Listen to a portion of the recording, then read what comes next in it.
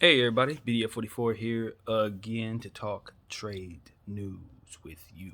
So, so what we have going on right now, I wrote a few notes, which is different for me. I never do this. But since we have little trades and things that I really wouldn't remember all the details of if I didn't write them down, figured it would make sense to do so. So the first thing I'm going to talk about here is the Miami Heat and the Sacramento Kings have come to an agreement.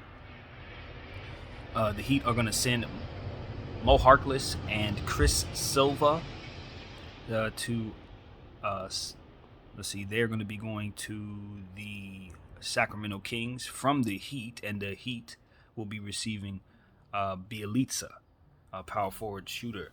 Uh, Bielitsa is a player who, for pockets at a time, plays really, really well, and then for whatever reason, will disappear. Now, some of that I'm sure has to do with Luke Walton and his rotation patterns. So I think that in a Miami Heat uniform, I think you'll see more out of Bielitsa, more consistent play out of Bielitsa. And of course, the Heat are known for getting players in great shape. So you're going to see Bielitsa probably play harder and ultimately get in better conditioning for the Miami Heat, as most players do. So I think he can have a really, really, really nice tenure there. I think that's an underrated pickup. I'm not a Mo Harkless fan, to be honest with you. I don't know what the situation is with his contract in Sacramento now. Um, in theory, you're picking up a player who can do 3-and-D type things for you, someone with a little bit of experience, somebody who's now a veteran in this league. But I just have never been a fan of Mo Harkless, to be honest with you. He just never really did it for me. Chris Silva, I don't know much about at all. I'd have to look up that player, so I'm just going to say nothing at all about Chris Silva. But I assume Sacramento believes that they're picking up some players that they can use, or some getting really rid of salary with Bielitsa possibly. I'm not really certain about the situation, but that is what we have there. The next trade is a three-team deal. Actually, kind of surprised by what I'm seeing here. We got OKC receiving Tony Bradley and Austin Rivers, as well as two second-round picks. You got the New York Knicks receiving Terrence Ferguson, and you have the Philadelphia 76ers receiving George Hill. Um, Now, it's kind of tricky because I don't know where the second round picks are actually coming from. I should have wrote that down a little better to know exactly where those who's giving up what picks. But I do look at OKC and I say they're picking up Tony Bradley. I wonder what that means for Moses Brown because you have two young centers that kind of do the same thing. Both of them are extremely lengthy, long arms, shot blocking presence, rebounders. I would like to see both of them in starting roles. So now you have three high upside bigs down there in OKC to go along with Al Horford, who I'd expect to get moved today.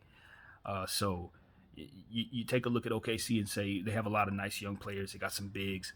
They picked up Austin Rivers. I'm not really sure if that had something to do with salary there. He might not necessarily fit their timeline. I wouldn't even be surprised to see him get flipped again or bought out. So keep an eye on Austin Rivers. I don't expect him to stay with OKC. Um, Terrence Ferguson is a player I've always liked, but he can't seem to stick anywhere since leaving OKC. But he's a young player that I think New York is going to love having. He has big play potential, and there's still a lot of upside there. So if he can get in a situation where he's playing some good minutes on a winning team, which is what the Knicks, believe it or not, are at this point, I think he just fits in right away as a backup small forward with the potential to maybe play his way into the starting lineup someday. So I like Terrence Ferguson, just another young player that they're going to have. And as far as 76ers getting George Hill, well, I know that 76ers are looking for a point guard, and it looks like they're out of the Kyle Lowry sweepstakes. So maybe they look at George Hill as somebody who can kind of do what they were hoping Kyle would do at a much lesser, value, obviously. But kind of solidify that role. I don't expect to see the Philadelphia 76ers stand pat from here. They're going to continue to move some. They're going to do some more things. But bringing in George Hill, I'd imagine it's just for veteran leadership and NBA Finals experience, that kind of thing. Um, so yeah, that's what I think of those deals. Those are minor deals, nothing really major there, not the big names we're expecting to see, but uh, just noteworthy. You know, teams are trying to get themselves stronger. Teams are rebuilding. Teams are putting themselves in a position to kind of maneuver themselves through the cap coming up for this off season. So some of these moves I think have to do with that kind of thing. But Bielitsa on the Heat, I think it's going to be a nice piece for them. They're going to love having him shooting the ball out there. It's just going to be about consistency, and they have enough depth to make it so that there's no pressure for him to do anything but what it is he's good at. So, yeah, I like that. I like that move.